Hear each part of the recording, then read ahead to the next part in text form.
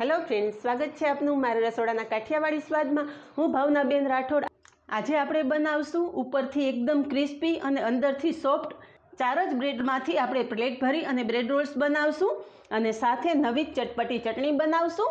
और आ चटनी में आपणे आंबली, गोळ के खजूरनो उपयोग करेलो नथी, तो पण एकदम स्वादिष्ट एवी चटनी बनशे। और साथे आपणा स्वादिष्ट ब्रेड रोल तो खरा ज। तो विडियो बिल्कुल स्कीप कर्या वगर जोजो।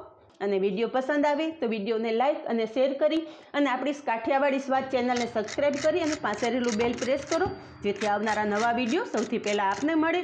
તો ચાલો બનાવીએ એકદમ સિમ્પલ રીતે બ્રેડ રોલ્સ અને સાથે નવી ચટપટી ચટણી। આજે આપણે 4 જ બ્રેડનો ઉપયોગ કરશું અને પ્લેટ ભરી અને બ્રેડ રોલ તૈયાર કરીશું। तो अहींया मैं 4 ब्रेड लीधेली छे, तो ब्रेड साइड पर राखी देशुं और ब्रेड रोल माटेनो मसालो तैयार करी लेशुं। तो मसालो बनावा माटे कढ़ाई में 1 चमची जेटलुं तेल नाखशुं। तेल गरम थता अहींया एक मीडियम साइजनी डूंगળી बारीक चॉप करीने राखेली छे, तो नाखी देशुं।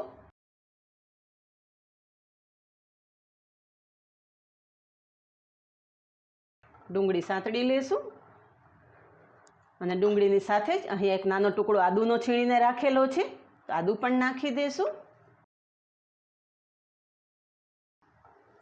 फ्रेश ब्रेड रोल बनावा माटे खूब ज बधी ब्रेडनी जरूर होय छे अने बधी खूब लांबी प्रोसेस होय छे, पण आजे आपणे एकदम सरळ रीते अने एक स्वादिष्ट एवा ब्रेड रोल तैयार करीशुं। मात्र 10 ज मिनिटमां आपणा ब्रेड रोल तैयार थई जाय छे। तो तमे जोई शको छो के आपणी डुंगળી थोड़ी ट्रांसपरंट थई गई छे। तो बारीक चॉप करीने राखेलुं एक केप्सिकम नाखी देशुं। वेजिटेबल तमारी पसंदगी मुजबना तमे कोई पण उमेरी शको छो। हवे मसाला करी लेशुं। मसालामां अर्धी चमची लाल मरचुं पाउडर, ब्रेड रोलनो एकदम सरस कलर आवे एटले आपणे अर्धी चमचीथी ओછી हळदर नाखशुं। અહીં આપણા ब्रेड रोल एकदम चटपटा અને स्वादिष्ट बने एना माटे पीઝા सीजनिंग लीधेलुं छे, तो पीઝા सीजनिंग नाखी देशुं। અને पीઝા सीजनिंग ना होय तो तमारी पसंदगीनो कोई पण मसालो नाखी शको। आ ब्रेड रोल में तमे मैगी मसालो नाखी शको छो, पेरी पेरी मसालो नाखी शको छो। અને 1 चमची चिली फ्लेक्स लीधेला छे। आपणे લીલા મરચાનો उपयोग નથી करेलो, અત્યારે આપણે चिली फ्लेक्स नाखेला छे। અને જો તમે બાળકો માટે ब्रेड रोल बनावता होय तो चिली फ्लेक्स पण स्कीप करी शको छो। स्वाद प्रमाणे मीठું नाखशुं। બધું एकदम सरस मिक्स करी लेशुं। અહીંયા મેં 2 બટેટા બાફી અને છીણીને લીધેલા છે, તો બટેકાનો માવો પણ મસાલા સાથે મિક્સ કરી દેશું। बटेका तमे छीणीने लई शको छो के मेसरनी मददथी मेस करीने पण लई शको छो। एक वातनुं ध्यान राखवानुं छे के बटेटामां कोई लम्स ना रहेवा जोईए। अहींया तमे जोई शको छो के आपणो मसालो एकदम सरस मिक्स थई गयो छे। मसालो एक वखत चाखी लेवानो, जो तमने कोई मसालो ओछो लागतो होय तो अत्यारे तमे आमां नाखी शको छो। हवे गैसनी फ्लेम बंध करी दઉં છું અને बारीक समारेली कोथमरी आपणे मसाला साथे मिक्स करी देशुं।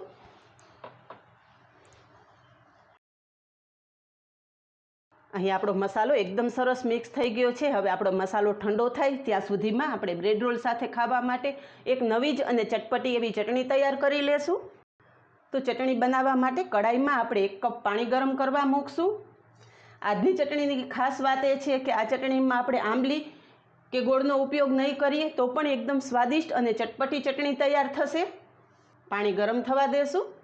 અહીં આપણું પાણી ગરમ થઈ ગયું છે, तो पानी में आपणे 2 चमची जेटली खांड नाखशुं अने एक मोटा લીંબુનો रस लीधेलो छे, तो લીંબુનો रस नाखी देशुं। લીંબુના रसनी जग्याए तमे आमचूर पाउडर नाखी शको छो।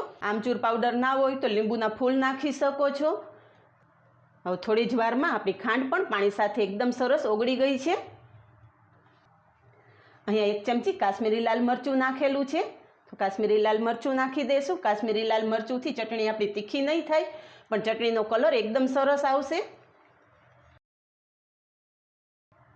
तो लाल मरचुं पाउडर पण पाणी साथे एकदम सरस मिक्स थई गयो छे। चटणीने एकदम सरस बाइंडिंग आपवा माटे 1 चमची कॉर्नफ्लोर लीधेलो छे, तो कॉर्नफ्लोरमां 2 चमची जेटલું पाणी नाखी अने एक मिश्रण तैयार करी लेशुं। कॉर्नफ्लोर आ रीते पाणीमां घोळीने ज नाखवानो। जो तमे डायरेक्ट नाखशो तो एकदम लम्स पड़ी जशे। हवे थोड़ुं थोड़ुं नाखता कॉर्नफ्लोरने आपणे पाणी साथे मिक्स करी देशुं।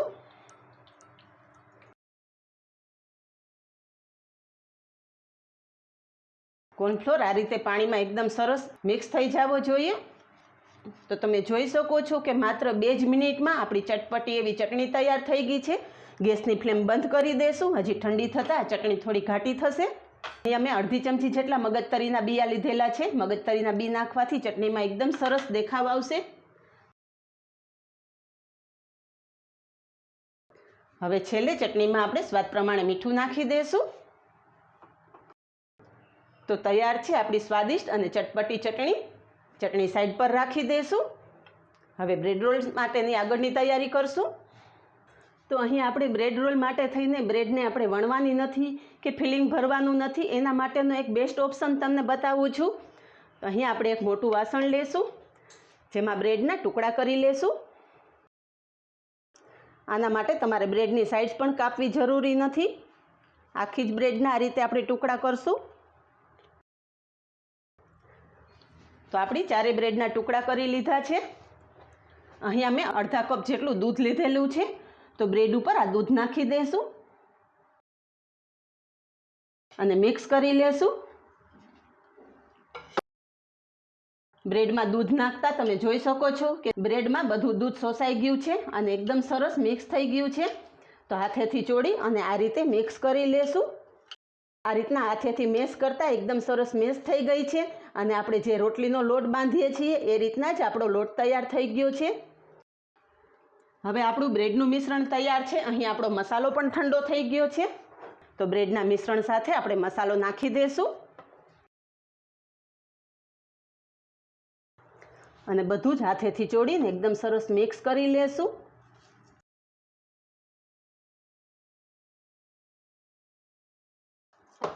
તો અહીં આપણો બ્રેડ પણ મસાલા સાથે મિક્સ થઈ ગઈ છે, પણ આપણું મિશ્રણ થોડું ઢીલું દેખાય છે. તો મિશ્રણને બાઇન્ડિંગ આપવા માટે અહીં અમે કોર્નફ્લોર લીધેલો છે. અહીં અમે અડધો કપ કોર્નફ્લોર લીધેલો છે. આપણે જરૂર પૂરતા જ કોર્નફ્લોરનો ઉપયોગ કરશું. તો અત્યારે 2 ચમચી કોર્નફ્લોર નાખું છું. તમારી પાસે કોર્નફ્લોર ના હોય તો કોર્નફ્લોરની જગ્યાએ ચોખાના લોટનો ઉપયોગ કરી શકો છો કે 2 ચમચી જેટલો મેંદો પણ નાખી શકો છો.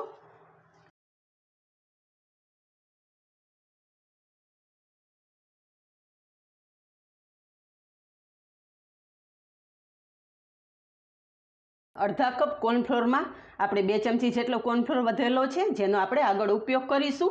અહીંયા તમે જોઈ શકો છો કે આપણું મિશ્રણ એકદમ સરસ તૈયાર થયેલું છે. હાથેથી અડતા હાથમાં બિલકુલ ચીપકતું નથી. આ રીતનું જ આપણું બ્રેડ રોલ માટેનું મિશ્રણ તૈયાર થવું જોઈએ. હવે હાથ તેલવાળા કરશું.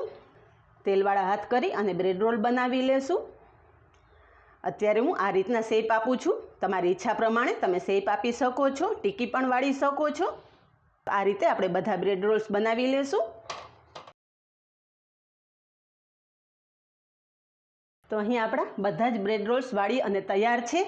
તો 4 જ બ્રેડમાં આપણે પ્લેટ ભરી અને બ્રેડ રોલ્સ તૈયાર કરેલા છે. હવે બ્રેડ રોલ્સને બાઇન્ડિંગ આપવા માટે અહીં આપણે જે કોર્નફ્લોર બચાવીને રાખેલો છે એની સ્લરી તૈયાર કરી લેશું. તો કોર્નફ્લોરમાં થોડું પાણી નાખશું.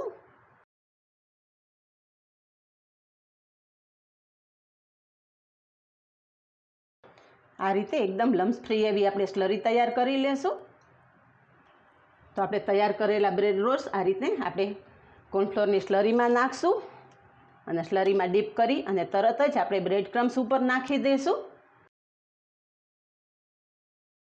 બ્રેડ ક્રમ્સ આપણે વધેલી બ્રેડને જ ક્રશ કરી અને લીધેલા છે.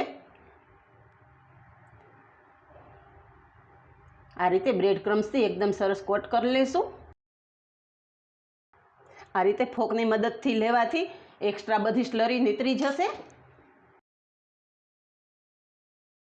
તો આ જ રીતે બધા જ બ્રેડ રોલ્સ તૈયાર કરી લેશું. તો બધા જ બ્રેડ રોલ આપણા બ્રેડ ક્રમ્સથી કોટ થઈને તૈયાર છે. હવે આગળની પ્રોસેસ ગેસ પર કરશું. અહીંયા બ્રેડ રોલ તળવા માટે તેલ ગરમ કરવા મૂકી દીધું છે.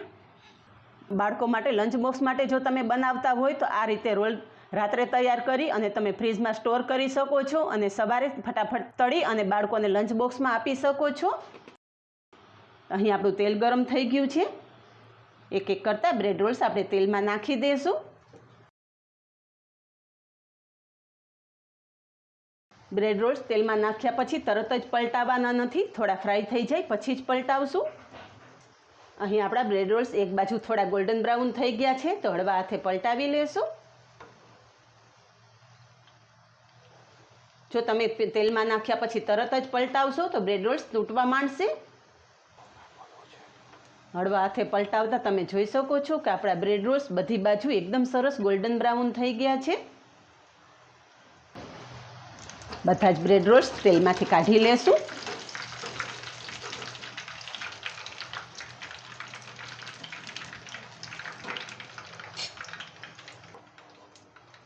એક્સ્ટ્રા તેલ નિતારી અને કિચન પેપર ઉપર લઈ લેશું.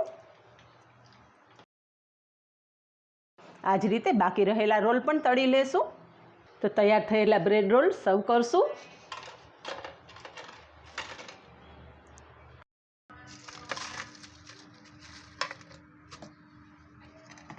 બ્રેડ રોલ્સ સાથે ખાવા માટે ડુંગળીની સ્લાઇસ મૂકશું અને આપણી તૈયાર કરેલી ચટપટી ચટણી તો ખરી જ.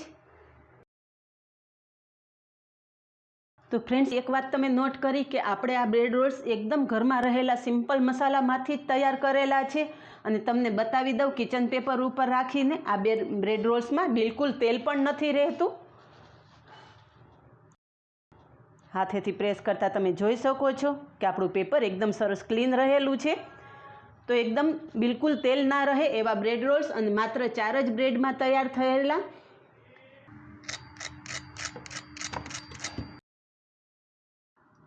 તો ઉપરથી એકદમ ક્રિસ્પી અને અંદરથી સોફ્ટ એવા બ્રેડ રોલ્સ તૈયાર થયેલા છે અને સાથે આપણી નવી ચટપટી ચટણી.